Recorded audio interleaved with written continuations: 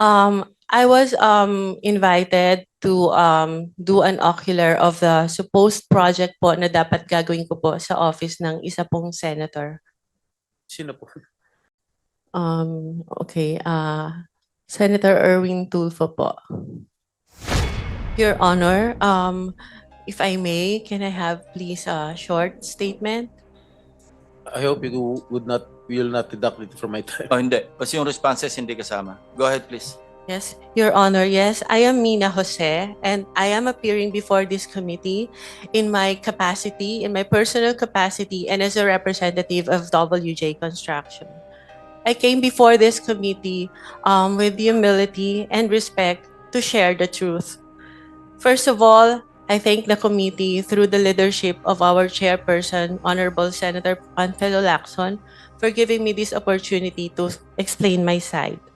Today, I wish to clear not only my name, but also the name of WJ Construction and those personalities who have been unfairly dragged in this controversy. I wish to clearly state first that to the best of my knowledge, Beng Ramos is not and have never been a staff of Senator Jinggoy Estrada or any senator or congressman. I have known her only as a staff of the Blue Ribbon Committee, particularly the Broom.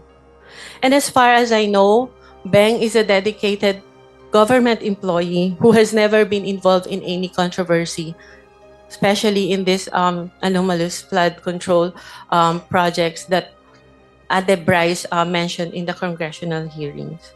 And as for myself, I speak from the depth of my heart that I have never engaged in any illegal activity. I have never given nor received any money from any public official or government employee, including this Mr. Bryce Hernandez. Thus, I strongly deny his accusations, the baseless and malicious accusations he threw against me and WJ Construction during the congressional hearing. WJ Construction, which my partner and I have devoted decades of honest work to build, has always stood on the strength of its good reputation. We have completed numerous private and government projects, no ghost projects, no substandards. Our clients can attest to the quality of the work and the integrity with which we conduct ourselves. Everything I know and all that I can share in this hearing, to the best of my knowledge, have been fully narrated in the affidavit that I have submitted to the committee.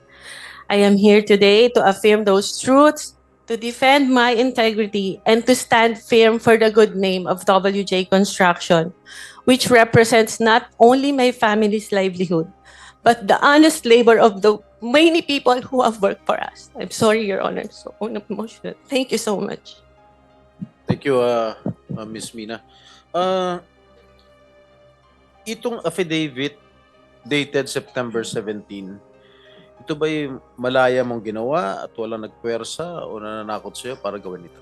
Wala po, Your Honor. Actually, I made the narrative myself and just asked my lawyer to please prepare it in a legal format. Okay. Kayo ba nangongontrata sa DPWH? Yes, Your Honor. Alright. Ang WJ Construction ay negosyo nyo. Tama po ba? Yes po. Kailan kayo nagsimula magnegosyo? Okay, Pumasok sa construction business. WJ Construction started po as sole proprietor when my husband was still single in 1998. And tuloy-tuloy lang po yung kanyang paggawa ng projects in both private and government projects. And in 2021 po, it transitioned into a one-person corporation. So, ano yung mga kontratang nakukuha nyo sa DPWH? Meron bang mga flood control projects? Meron po kami huling last ginawa na flood control in 2023 po. 2023? Yes po. Ano-ano po lugar? Sa Manila po. Sa Manila lang? Yes po. Okay. Ilan yung mga flood control projects ninyo? So far yun pa lang po. Isa lang? Yes po. Magkano halaga? 24 million po, Your Alright. Honor. Okay. Sabi po ni Senate President Pro Temp Senator Ping Lacson in one of his interviews mentioned that you were in the Senate premises on August 19. Tama po ba? I was there, Your Honor. You were Yes, Your here? Honor. Yes po, Your Ano po Honor. ginagawa niyo rito? I was invited to do an ocular of the supposed project po na dapat gagawin ko po sa office ng isa pong senator. Sino po? Uh, Pwede ba malaman? Your Honor, if I may, it was already stated in the affidavit po that I have submitted. And with due respect, sana po not to name na lang po No, the no, no. good senator because he's not really involved naman po in Yes, any I know. of this. I know that Senator. I vouch for his credibility and Opo. integrity also. So, yung ba ang unang pagkakataon mo na pumunta kay rito Senado? Nagpupunta na po ako dito in the past, Your Honor. In the past, Opo. anong ginagawa niyo in the past dito? Matagal na po yun, nung senator pa po yung ninong ko, si Joker Arroyo. Kasi po, bumibisita po ako sa kanya and yung mga kaibigan ko po sa Broome. So, sino-sino mga pinupunta? Senator niyo? Jinggoy, in fairness to all the senators, not only those present here, I would suggest that Ms. Jose or Mrs. Jose should identify kung kaninong office siya nagpunta. Okay, Senator Erwin Tulfo po. Ano po naging sadya niyo sa office niya? Meron po kasing problem yung terrace ni Senator Erwin na binabaha po siya, lalo po pag umuulan. So, ako po yung na-refer na contractor nung staff niya na kung pwede po tingnan namin gawa ng solusyon and mag-suggest po kami sa kanya. Yes, Mr. Chair. The permission of Senator Estrada? With the permission of His Senator. name has been mentioned. I think we owe it to him. No? Mr. Chair, the only time that I learned of the Double J construction was through a staff of mine na recommended me this group to fix my veranda on the 5th floor, Mr. Chair. But when upon learning her name was mentioned by Engineer Bryce, we immediately requested to cancel all contracts with WJ, where I specifically ordered to terminate our office refurbishment project with WJ. And also, that was on September 9, Mr. Chair. And then on September 11, I issued another memo asking for an incident report to all concerned employees, specifically the friend of the Double J Construction, Mina Jose. And on September 18th, I passed an internal policy for gate pass and visitors pass requests na wala po muna kami tatanggapin ng mga bisita because of that. Mr. Chair, this representation is willing to submit all the documents. The memo stated dated September 9, memo September 11, memo on September 18, and of course the drawing submitted by Ms. Mina Jose for the refurbishment of my veranda on the 5th floor. Also, some contracts we're willing to submit for in this committee, Mr. Chair. Thank you.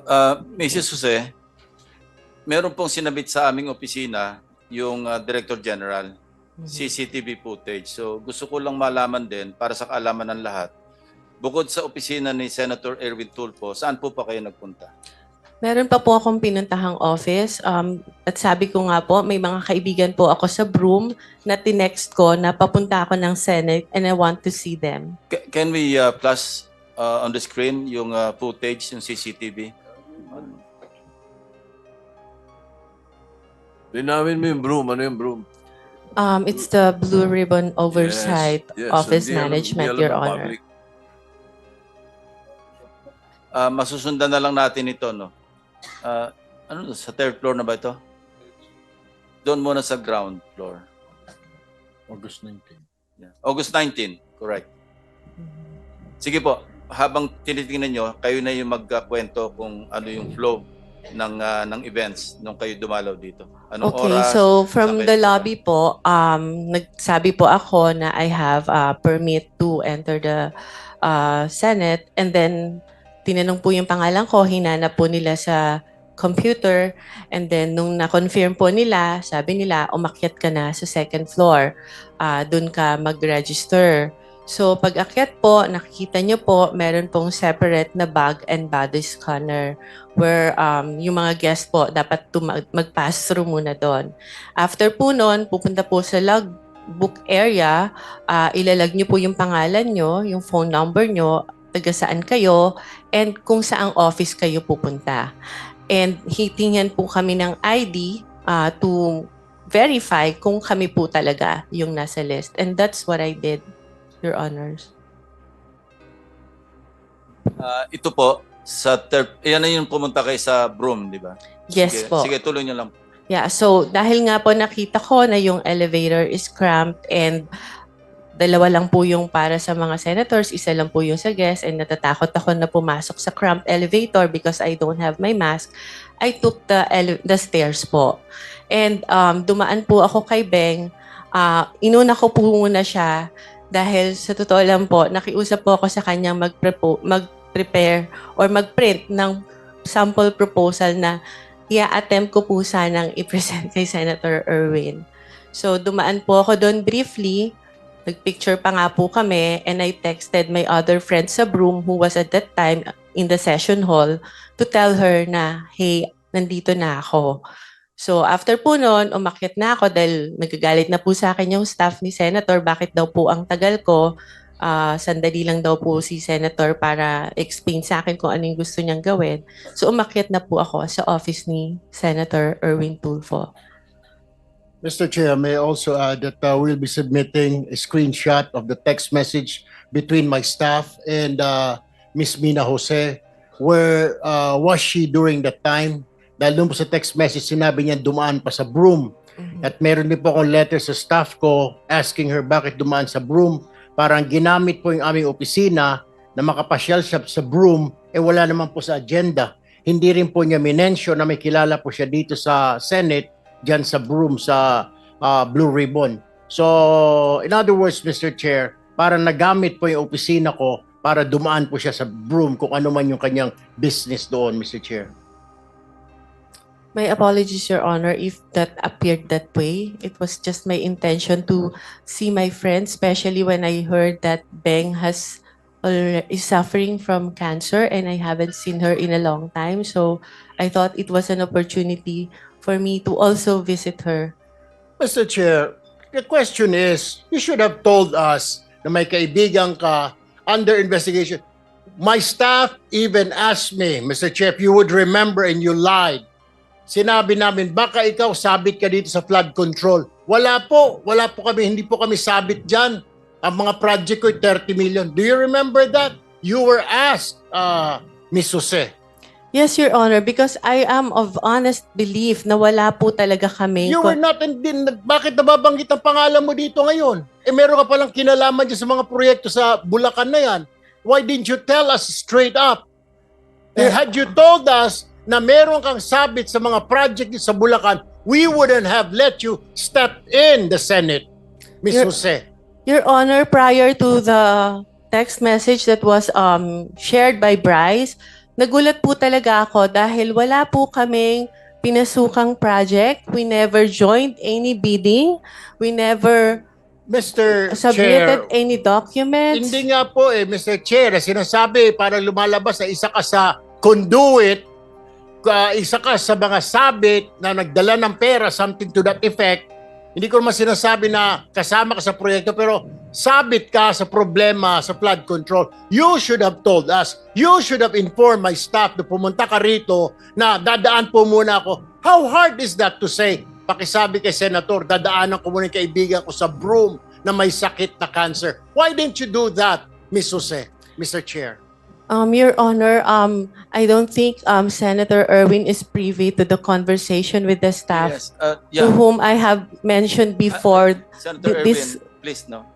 I think si Bryce was the one who made that assertion, Yes, Your Honor. implying that WJ/Beng Ramos ay magdadala ng obligation. Can you clarify that?